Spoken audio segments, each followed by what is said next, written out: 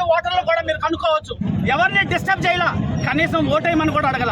నేను వెళ్ళి సీరియస్ నా బిఎల్ఓని కలిసా. బిఎల్ఓ సాక్ష్యం, బిఎల్ఓ లోపల ఒక ఆఫీసర్ ఉన్నాడు, ఆ ఆఫీసర్ సాక్ష్యం.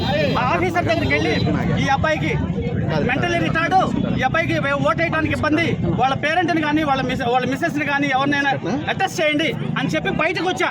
బయటకు వస్తే నా మీద అన్నెసరీగా గొడవ మీద పడి మూకమ్మడు దాడి చేసి నన్ను చంపాలని చూశారు.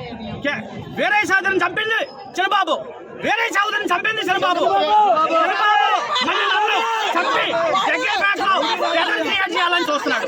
ఓడిపోతాడు అని తెలిసి టెర్రర్ క్రియేట్ చేయాలని చూస్తున్నాడు.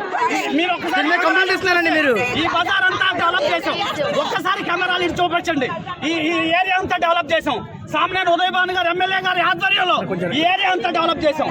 ఒక చెరువు బజారు ఎంతో శుభ్రంగా చేసి ఈ ప్రజలు మన్నలు పొందుతుంటే ఓరవలేక నన్ను చంపించాలని చిన్నబాబు మీద అటెంప్ట్ మర్డర్ కేసు పెట్టాల్సిందే. పెనుగొండ సతీష్ మీద